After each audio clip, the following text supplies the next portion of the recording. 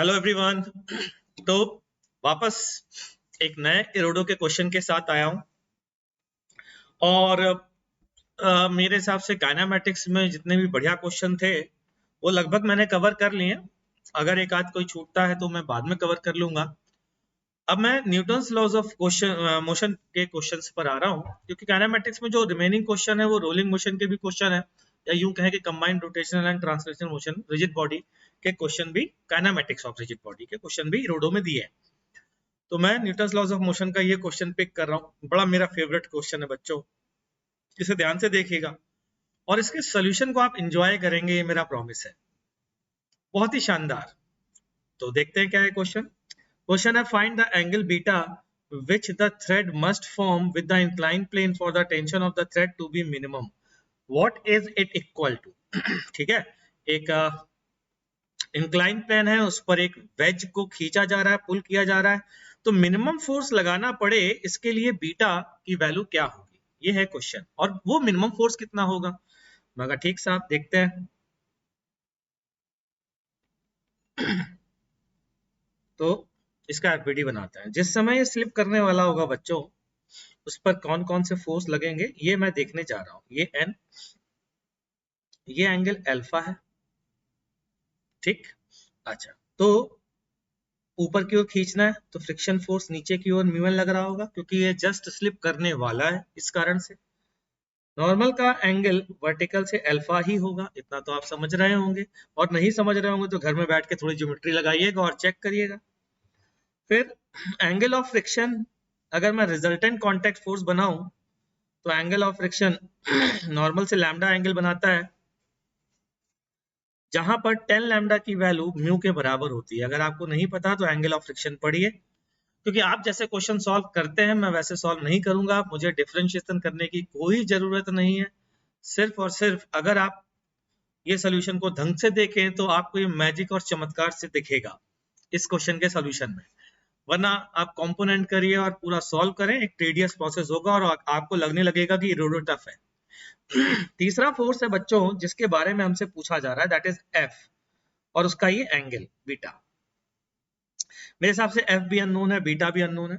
यहाँ पर आर का मैग्नीट्यूड अननोन है बच्चों, लेकिन उसका एंगल गारंटी है, वर्टिकल से लैम्डा प्लस अल्फा होगा और एमजी तो वर्टिकल होगा। अच्छा, अब ये बताइए लिमिटिंग केस में जब ये ब्लॉक जस्ट मूव करने वाला होगा, इन लिमिटिंग केस क्या मैं कह सकता हूं कि ये ट्राइंगल क्लोज होगा? तीन फोर्स हैं, चेक करिए। फोर्स नंबर 1 आर, क्योंकि मैंने एन और म्यू एन को हटा दिया है। Force number 2 mg and force number 3 f, तीनों मिलकर के क्लोज ट्राइंगल बनाएंगे। Polygon rule of vector addition, resultant 0 है ना भाई, तो ट्राइंगल पॉलीगन क्लोज हो जाना चाहिए अपने आप में। तो पहला फोर्स है mg, ध्यान से देखिएगा जरा। दूसरा फोर्स r, जिसका मैग्नीट्यूड मुझे नहीं पता, लेकिन ये गारंटी है कि ये वाला एंगल लैम्डा प्लस अल्फा होगा। आप जादू देखिएगा। तीसरा फोर्स है f, तीसरा फोर्स है f, और वो ट्राइंगल को क्लोज करेगा। That means these are all possible values of f, these are all possible values of f। मेरे हिसाब से आप कोई भी बंदा बहुत इजीली बता सकता है कि मिनिमम कौन सी वैल्यू होगी। मेरे हिसाब से इससे परपेंडिकुलर डिस्टेंस ये f मिनिमम होगा, होगा। और ये एंगल देख लीजिए जरा कितना होगा। अगर ये लैम्डा प्लस अल्फा है तो ये 90 माइनस लैम्डा प्लस अल्फा होगा, तो ये हो गया लैम्डा प्लस अल्फा, ये एंगल आ गया। एफ मिनिमम की वैल्यू आ चुकी है। F minimum is mg sign lambda plus alpha. अब आपको 10 लैम्डा की वैल्यू पता है बच्चों, 10 लैम्डा इज म्यू, तो क्या आप साइन लैम्डा और कॉस लैम्डा की वैल्यू रख सकते हैं? रखना चाहे रखें, नहीं रखना चाहे यहाँ पर भी छोड़ सकते हैं। चलिए रख देते हैं। साइन लैम्डा की वैल्यू क्या होगी? ये अगर म्यू है तो ये लैम्डा है, ये म्यू है, ये 1 है, तो ये under root 1 plus mu square होगा।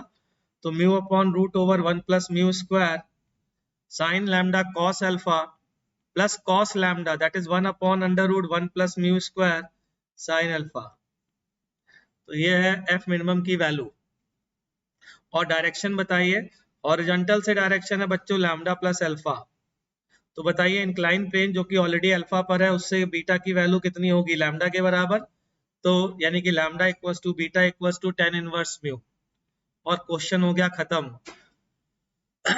तो ध्यान से देखिए एंगल ऑफ फ्रिक्शन का कितना मजेदार यूज होता है।